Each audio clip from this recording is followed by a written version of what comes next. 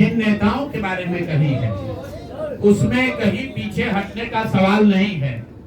मैंने आपको कहा था कि प्रेस के जरिए उसको बताया गया, ये अपेक्षा की गई कि सरकार के जो मुखिया हैं उस पर एक्शन लेंगे, उन्होंने एक्शन नहीं लिया।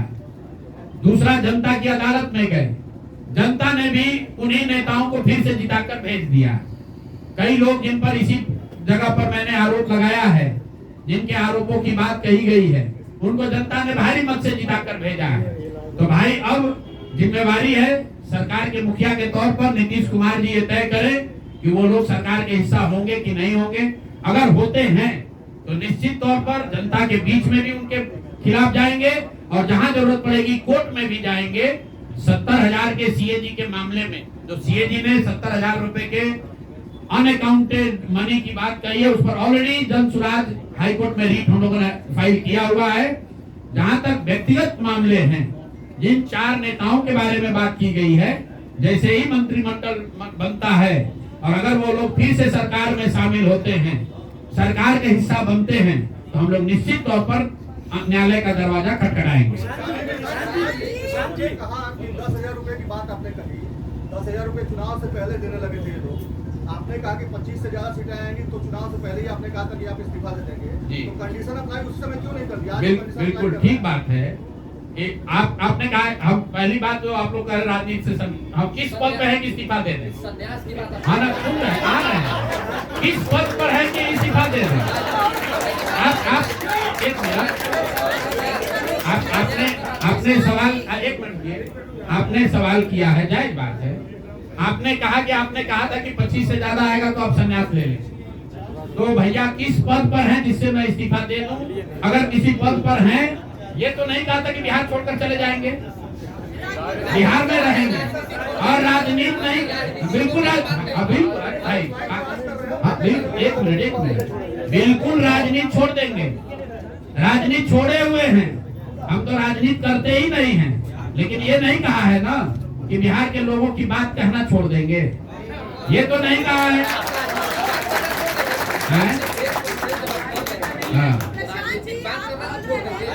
नहीं। आप ऐसा है, हमने कहा कि अगर 25 से ज्यादा सीट आएगा तो राजनीति छोड़ देंगे, बिल्कुल बात पर कायम है। लेकिन ये तो नहीं कहा कि ये 30,000 करोड़ रुपया में वोट खरीदेंगे। अब आप कह रहे नहीं, वोट उन्होंने नहीं खरीदा है, तो हमने कहा अगर नहीं खरीदा है तो 2 लाख रुपया दे दीजिए, हम बिल्कुल छोड़ देंगे। एक मिनट रुकिए, अरे सुन तो लो, तो सरकार क्या विज्ञप्ति पढ़ लो जिस पर सरकार ने, हाँ बिल्कुल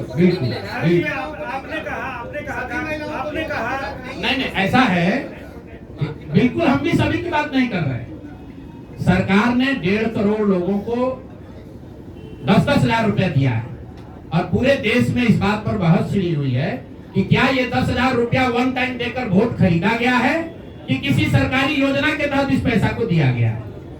मैं ये कह रहा हूं कि मैं बिल्कुल ये मानने को तैयार हूं कि सरकार का ये एकाधिकार है, वो चाहे योजना शुरू कर सकती है। अंतिम साल में, अंतिम महीने में किया, उसमें कोई दिक्कत नहीं है, हम उस बात पर नहीं पड़ रहे। इलेक्शन कमीशन ने चुनाव के दौरान ये पैसा बांटने दिया, ये उनकी गलती है, उस पर भी हम टीका टिप्पणी नहीं कर रहे हैं।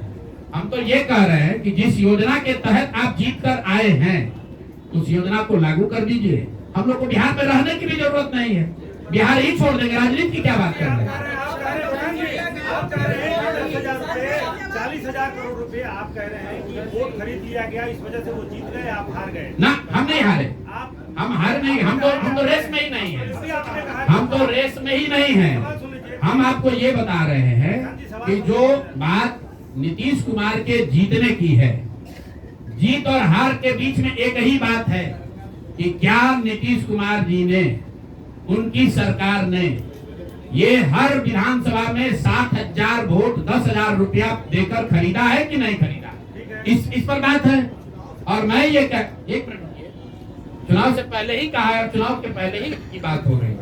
और अरे आपकी क्या, आप क्या चाहते हैं? हम कहते हैं कि हम राजनीति से संन्यास ले रहे हैं, इसलिए आप आए हैं। मेरे भाई, अगर ऐसा है, हमने आपको, आप लोग जितने लोग आए हैं, हमने बिल्कुल स्पष्ट आपको कहा कि नीतीश कुमार ने प्राइमा फेसी जो दिख रहा है कि सरकार ने 10,000 रुपया देकर वोट खरीदा है, लेकिन मेरे पास उसका कोई प्रमाण तो है नहीं। सरकार का ये नहीं है तो सरकारी योजना के तहत दिए है।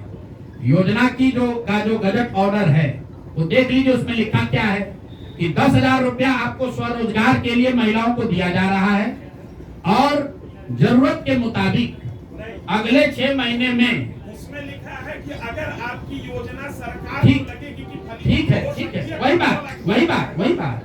अरे आप अरे भाई हम हिंदी में लिखा है, उसको फिर से जारी कर देंगे, सब लोग पढ़ लेगा।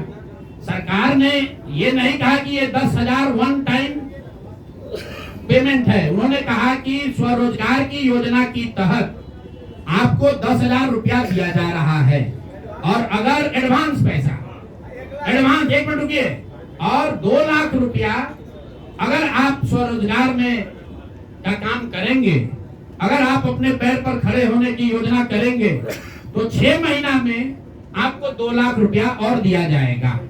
ठीक बात है।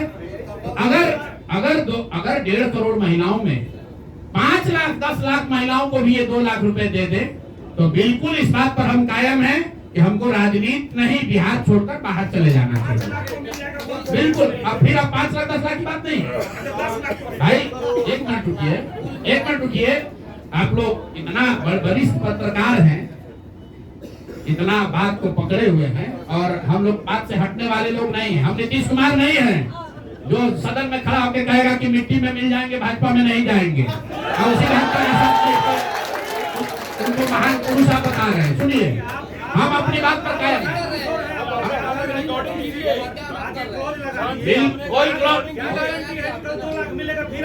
कोई क्लॉज नहीं लगाएंगे। सुनिए, ऐसा है आपने कॉन्फिडेंस से कहा था। अरे बिल्कुल कॉन्फिडेंस से नहीं, लिख के दिया है कि अगर आप लेकिन उसमें ये नहीं कहा था कि 10,000 रुपया में आप वोट खरीदिएगा। अगर हर विधानसभा में 10,000 रुपया नहीं दिया गया है तो आप बता दीजिए ये सत्य नहीं है। आप कह रहे हैं कि आप राजनीति छोड़ दीजिए, तो हम राजनीति के किस पद पर है जिसको छोड़ दें? आप बता दीजिए। सवाल ये है कि आपने कहा था 25 सीट आएगी तो हम राजनीति छोड़ेंगे। जी। आज अभी क्लॉज लगा रहे हैं, तो ये क्या भरोसा है कि कल अगर बिल्कुल आप भरोसा मत कीजिए। हमने जो बात अपनी कहनी थी हमने आपको बात कह दी। हम अभी इस बात पर अपने आकलन पर कायम हैं कि 3 बरस की बिहार की गांव-गांव की यात्रा के बाद जो मुझे दिखा, जो समझ में आया, उसके हिसाब से नीतीश कुमार को 25 से ज्यादा सीट नहीं आना चाहिए था। सिवाय इसके कि उन्होंने हर विधानसभा में उनकी सरकार की ओर से 10,000। 1 मिनट भैया, अरे आया है भाई, आया है लेकिन उसके वो खरीद के आया है कि नहीं वो भी दिख जाएगा 6 महीना में। आज आप लगा रहे हैं, पहले ठीक है, आगे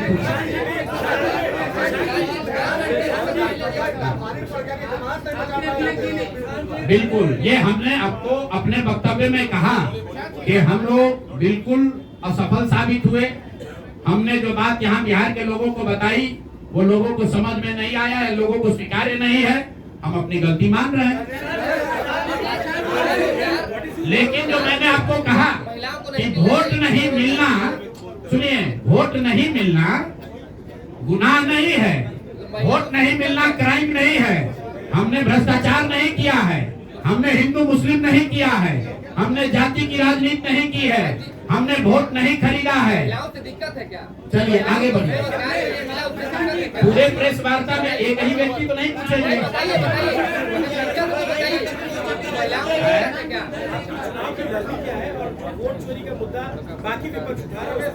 मैं वोट चोरी के मुद्दे पर हम लोग का स्टांस जो है वो बिल्कुल क्लियर है पहले दिन से। ये बिहार का मुद्दा नहीं है।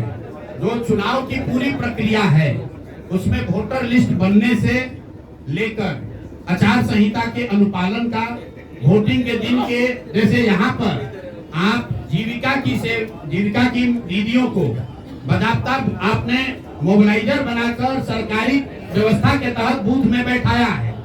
तो पूरे वोटर लिस्ट बनाने की प्रक्रिया, आचार संहिता के अनुपालन की प्रक्रिया वोटिंग के दिन जो हो रहा है वो उसमें सरकारी तंत्र का इस्तेमाल, दुरुपयोग या उपयोग, और वोटिंग के बाद जो महाराष्ट्र से लगातार दिख रहा है कि अंतिम 2 घंटे में 15%, 20% एक्स्ट्रा वोट होना, फिर चुनाव आयोग का उसका डिटेल नहीं जारी करना, और 3 दिन के बाद ये बताना कि इतना वोट हो गया। ये बड़े मुद्दे हैं। हम लोग बहुत छोटी पार्टी हैं, हम लोग को तो इतना नहीं ताकत है, लेकिन आपके माध्यम से मैं ये जरूर देश के विपक्ष को ये कहना चाहूंगा कि इस पर गंभीरता से बात करने की, और इसको जरूरत पड़े तो सुप्रीम कोर्ट में ले जाने की जरूरत है कि आज के तारीख में, आज की स्थिति में जो आचार संहिता पहले से बना हुआ है वो कितना कारगर है या नहीं कारगर है।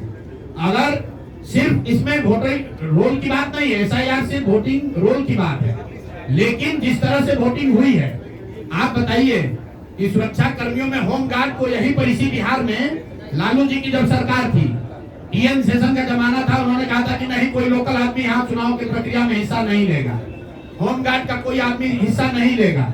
उसी बूथ पर आप आज के चुनाव आयोग ने उस जीविका दीदी को बैठाया है जिसको एक तरीके से सरकार ने कॉन्ट्रैक्ट दिया है कि आपको इतने लोगों को वोट दिलवाना है।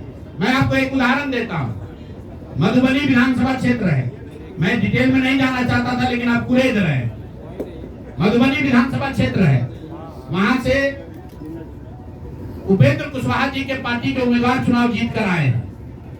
मैं पूरे यहाँ पर जितने मीडिया के साथी हैं, जितने यहाँ चुनाव के विशेषज्ञ हैं, आप भी यूट्यूबर हैं, मैं दावा कर रहा हूँ आज हो 5 महीने के बाद हो, आप मधुबनी विधानसभा क्षेत्र में जाइए, वहां पर एनडीए के प्रत्याशी को 1 लाख से ज्यादा वोट आया है।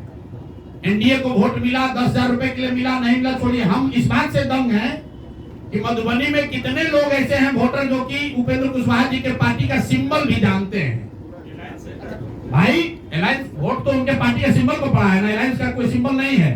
तो आखिर रातों रात पूरे मधुबनी क्षेत्र में, और क्या हुआ मैं नहीं कह रहा हूँ, मैं आपको और आपके जरिए पूरे देश के लोगों को ये बताना चाहता हूँ कि जो भी लोग सर्वे, सेफोलॉजी, पत्रकारिता, राजनीति में इंटरेस्ट रखते हैं, आप सैंपल के तौर पर कोई 5 कंस्टिट्यूएंसी उठा लीजिए, और जहां पर भाजपा और जदयू के उम्मीदवार नहीं लड़ रहे थे, वो दल लड़ रहे थे जिनका कोई सिंबल भी नहीं जानता है, नाम भी नहीं जानता है, उसको 1 लाख, 1.25 लाख वोट कैसे आया है?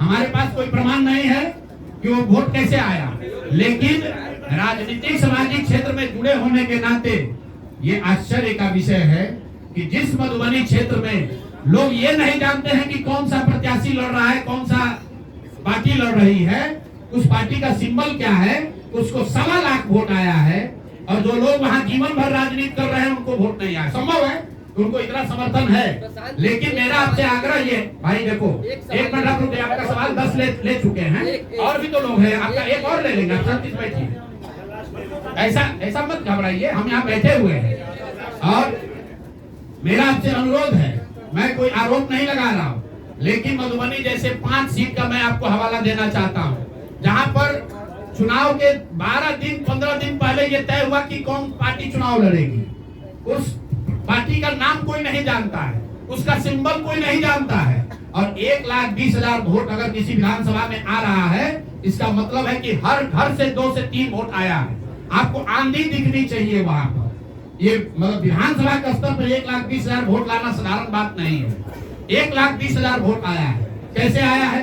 इसकी 2 ही वजह हो सकती है, या तो जो 60,000 लोगों को आपने 10,000 रुपया दिया और उन लोगों ने ये जिम्मेवारी ली कि भाई 10,000 रुपया हमको मिला है, मैं और अपने घर के लोगों को वोट में दिलवाऊंगा या दिलवाऊंगी, या फिर कोई ऐसी बात है, अदृश्य शक्ति है जो हम लोग को हमारे समझ से बाहर है कि भाई कैसे ये संभव है।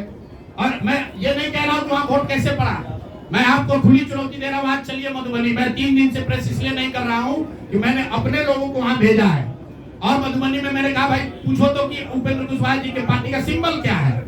30% लोगों को सिंबल नहीं मालूम है कि सिंबल क्या है, और उनको 1 लाख से ज्यादा वहाँ वोट आया है। मुझे उपेंद्र कुशवाहा जी से कोई लड़ाई नहीं है, उनको उनके पार्टी के प्रत्याशी से कोई मुझे लेना देना नहीं है।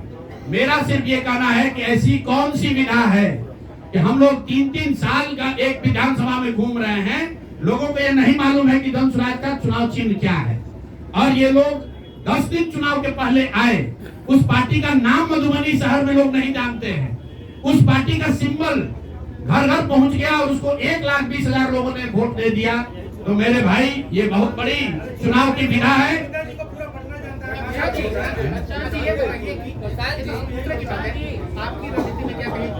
भारी चूक हुई। मैंने आपको पहले कहा कि भारी चूक हुई और जो भी चूक हुई है उसको सुधार